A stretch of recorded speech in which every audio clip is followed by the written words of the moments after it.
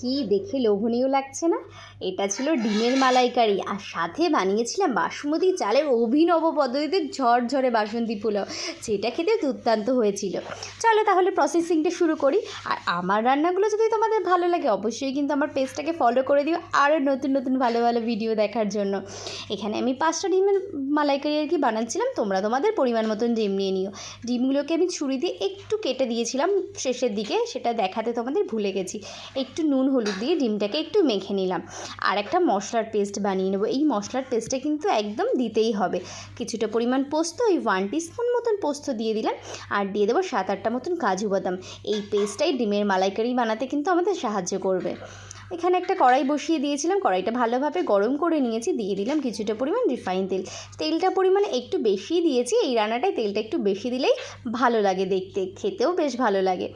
বাস ডিমটাকে একটু ভালোভাবে ভেজে নেব। এই ডিমটা কিন্তু ভালোভাবে ভেজে না নিলে না ভালো লাগে না খেতে, জানো তো। ডিমটাকে আবার পুড়েও যাবে না, আবার ভালোভাবে ভেজেও নেব ব্রাউন করে। দেখেছো পুরো ব্রাউন ব্রাউন ভেজে নিয়েছি ডিমটাকে। চলো তাহলে এবার ডিমটাকে তুলে নিই। ফোড়নের জন্য আমি রেডি করে রেখেছিলাম গোটা গরম মশলা। তোমরা চাইলে এটা নাও দিতে পারো, কিন্তু গোটা গরম মশলাটা দিলে না ফ্লেভারটা বেশ ভালো আসে।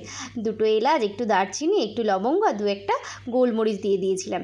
আর সাথে দিয়েছিলাম কিছুটা পরিমাণ গোটা জিরে। এই গোটা মশলাটা ফোড়নে দিলে না খুব ভালো একটা গন্ধ আসে, জানো তো। একটু নেড়ে চেড়ে দিয়ে দিলাম বেশ খানিকটা পেঁয়াজ কুচি, বেশ অনেকটাই দিয়েছিলাম। একটু নুন দিয়ে পেঁয়াজটাকে আমি ভেজে নিচ্ছি। নুন দিলে না পেঁয়াজের বেশ নরম নরম ভাবটা চলে আসে। তারপরে দিয়ে দেবো 2টো বেশ বড় সাইজের গ্রেট করা টমেটো, বা তোমরা পেস্ট করেও দিতে পারো। টমেটোটাকে ভালোভাবে পেঁয়াজের সঙ্গে মিশিয়ে নেব। টমেটো পেঁয়াজ ভালোভাবে ভাজা হয়ে গেলে দিয়ে দেবো একটু আদা বাটা। ওই সামান্যই দিয়েছি, খুব একটা বেশি দিইনি। আর তোমাদের কাছে যদি আগে থেকে আদা বাটা না থাকে তাহলে এই বাটার মধ্যেই কিন্তু আদাটাও দিয়ে দিও। আর যে পেস্টটা বানিয়ে রেখেছিলাম কাজু আর পোস্ত, সেটাও দিয়ে দিলাম। সেটার সাথে আবার ভালো করে মশলাটাকে মিশিয়ে নেব। মিনিট 2 মতন কষাতে হবে। মশলাটা ভালোভাবে কষা না হলে কিন্তু এই রান্নাটা ভালো লাগবে না খেতে। দিয়ে দিলাম একটু কাশ্মীরি লঙ্কার গুঁড়ো, আর দিয়ে দেবো ঝাল লঙ্কার গুঁড়ো। কাশ্মীরি লঙ্কার গুঁড়োটা আমি একটু বেশিই দিয়েছিলাম, তোমরা চাইলে একটু কমিয়েও দিতে পারো, না চাইলে নাও দিতে পারো। একটু ঝাল লঙ্কার গুঁড়ো দিয়ে দিলাম, আর দিয়ে দিলাম সামান্য একটু জিরে গুঁড়ো, ওই 1 টিস্পুনের থেকেও কম, 1/2 টিস্পুন বলতে পারো। একটু ভেজে নিলাম। ব্যাস এবার দিয়ে দেবো টক দই। টক দইটাকে আমি ভালোভাবে ফেটিয়ে নিয়েছিলাম। আমার সময় কম ছিল, তার জন্য মিক্সিতেই জারটা রেডি ছিল, ওটাতেই একটু ঘুরিয়ে নিয়েছিলাম, জাস্ট 1 সেকেন্ড বলতে পারো। তোমরা সবথেকে ভালো হবে হাত দিয়ে ফেটিয়ে নিলে। আর গ্যাসের ফ্লেমটা কিন্তু অবশ্যই বন্ধ করে দেবে দইটা, না হলে কিন্তু একদম মশলাটা টকটক হয়ে যাবে খেতে, আর ফেটেও যেতে পারে, একদমই ভালো হয় না। তো আমি একদম গ্যাসের ফ্লেমটা বন্ধ করে দইটা দিয়ে দিয়েছিলাম। তারপরে দিয়ে দিলাম হলুদ গুঁড়ো। রঙটাও বেশ ভালো এসে গেছে না, কি সুন্দর দেখতে লাগছে। এইবার দিয়ে দেবো ভেজে রাখা ডিমগুলো দিয়ে ওই মিনিট 2 মতন একটু কষিয়ে নেব। না নিলেও হয়, এখন এই অবস্থায় আর কি জল দিয়ে দিলেও কোনো ব্যাপার হয় না। কিন্তু আমি যেহেতু জলটা একটু গরমে বসিয়েছিলাম, সেহেতু আমি এখানে ডিমটাকে মশলার সঙ্গে একটু কষিয়ে নিলাম। ওই মিনিট 2 না, মিনিট 1.5 মিনিট মতন কষিয়ে নিলাম। তারপরে দিয়ে দেবো জল, বেশ খানিকটা উষ্ণ গরম জল দিয়ে দিলাম। এখানে চাইলে ঠান্ডা জলও ইউজ করতে পারো, কোনো ব্যাপার না। বাস ডিমের মধ্যে একটু বেশি করেই দিয়ে দিলাম, যেহেতু ডিমটাকে বেশিক্ষণ ফোটাতে হবে, তাহলে ডিমের মধ্যেই গ্রেভিটা ভালোভাবে ঢুকে যাবে আর খেতেও বেশি ভালো লাগবে। ডিমের মধ্যেও একটা স্বাদ ভালো চলে আসবে। বাস এবার গ্যাসটা হাই ফ্লেম করে আমি একটু এটাকে ফুটিয়ে নেব। দিয়ে দিলাম স্বাদ মতো নুন, আর দিয়ে দিলাম স্বাদ মতো চিনি। বাস এবার এটাকে ফুটিয়ে নিয়েছি। দেখেছো রঙটা কি ভালো এসেছে না? আর আমার রান্নাটাও কিন্তু প্রায় কমপ্লিট হয়ে এসেছে।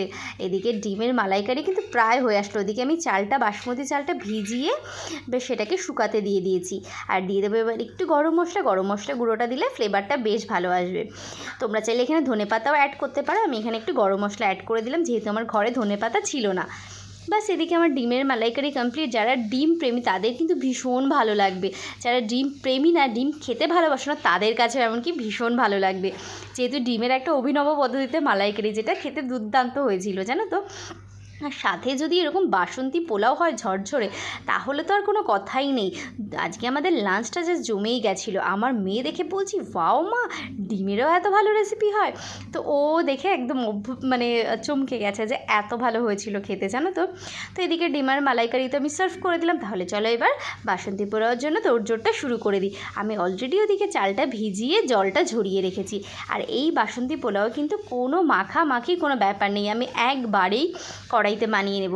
আমাদের বাসন্তী পোলাও বানানোর ধারণাটাকে আগে হয়তো মেখে রাখতে হবে, কিন্তু এখানে কিন্তু একদমই আমি সেরকমভাবে করছি না। কোনো মাখামাখির কোনো ঝামেলাই নেই, জাস্ট জলটা ঝরিয়ে রাখলেই চালের একদম ঠিকঠাক আর কি। আমি আধা ঘন্টা মতন চালটা ভিজিয়ে রেখেছিলাম, তারপরে জলটা ঝরাতে একটা ঝুড়িতে দিয়ে দিয়েছি।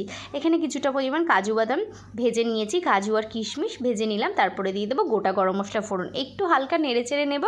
খুব সুন্দর একটা গন্ধ যখন বেরোয় তখনই দিয়ে দেবো একটু আদা বাটা, সামান্য একটু আদা বাটা দিয়েছি। পোলাও কিন্তু একটু আদা বাটা দিলে খেতে বেশ ভালো লাগে, কিন্তু আদা বাটা তেলের মধ্যে দিলে এত যে ছিটকায় তা কি বলবো আর। তারপরে দিয়ে দেবো একটু হলুদ গুঁড়ো, একটু বেশ খানিকটা হলুদ গুঁড়ো দিয়েছিলাম, যেহেতু বাসন্তী পোলাও একটু বাসন্তী কালারটা তো আমাদের চাই। তো হলুদ গুঁড়োটা দিয়ে একটু নেড়ে চেড়ে দিয়ে দিলাম ভেজানো চালগুলো আমার প্রায় শুকিয়েই গেছিলো।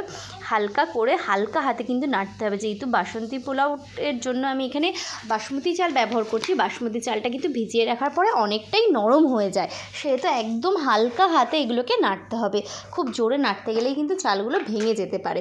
আমি খুব হালকাভাবেই নাড়িয়ে নিয়েছিলাম, একটু ভেজে নিয়েছিলাম আর কি। যেই চটপট করার আওয়াজ শুরু হয়েছিল তখনই গরম জল দিয়ে দিলাম। এখানে আমি 3 কাপ মতন চাল নিয়েছিলাম আর জল দিয়ে দিলাম 2.5 কাপ মতন, বাস 2.5 কাপ মতন জলটা দিয়ে দিয়েছি। এবার এটাকে ফোটার পালা, ফুটলেই আমাদের তৈরি হয়ে যাবে বাসন্তী পোলাও। তো এটাকে এবার ফুটতে দেওয়ার আগে সামান্য একটু চিনি দিয়ে দিই। বাসন্তী পোলাও না আগে একটু চিনি দিতে হয়, আগে চিনি দিলে কি হয় ওটাতে আর কি চালটা ভালোভাবে গলে যায় না, একদমই পুরোপুরি চালটা একদম ঠিকঠাক সেদ্ধ হয়। এটা কিন্তু একটা টিপস বলতে পারো, এটা কিন্তু খেয়াল রেখো। বাসন্তী পোলাওয়ে চিনিটা আগে দিতে হয়, তাহলে চালটা একদমই গলে যায় না। আমি এখানে মিনিট 5 মতন দিয়ে রেখেছিলাম, এখনও আমার জল আছে কিছুটা, তবুও একবার একটু চেক করে নিচ্ছিলাম যে কতটা কীভাবে হয়েছে। দেখলাম যে না, এখনও চালটা ভালোভাবে সেদ্ধও হয়নি আর জলটাও টানেনি, আর চালটা এখনও বাড়েও নি। দেখলাম একটু হাত দিয়েও একটা ভাত আর কি দেখছিলাম, তো দেখলাম যে না এখনও হয়নি, আবারও ঢেকে দিলাম মিনিট 5 জন্য। বাস মিনিট 5 অপেক্ষা তৈরি হয়ে গেছে। এই যে দেখো বাসন্তী পোলাও দেখতে কি ভালো হয়েছে না, আর এত ভালো ঝুরঝুরে হয়েছিল, মানে ঠান্ডা হওয়ার অপেক্ষা রাখে না, এত ভালো ঝুরঝুরে হয়েছিল। আমি এই গরমই সার্ভ করেছিলাম, যেটা খেতেও দুর্দান্ত হয়েছিল, একদম ঝুরো দারুণ হয়েছিল খেতে। তোমরা অবশ্যই বাসমতি চালের আর কি পোলাও ট্রাই করো, মানে তোমাদের 100% ভালো লাগবে। তো আজকের ভিডিও এই পর্যন্তই। ভালো লাগলে অবশ্যই একটা লাইক করে দিও, আর বাড়িতে যদি বানাও তাহলে কিন্তু আমাকে অবশ্যই কমেন্ট করে জানিও কেমন হয়েছে।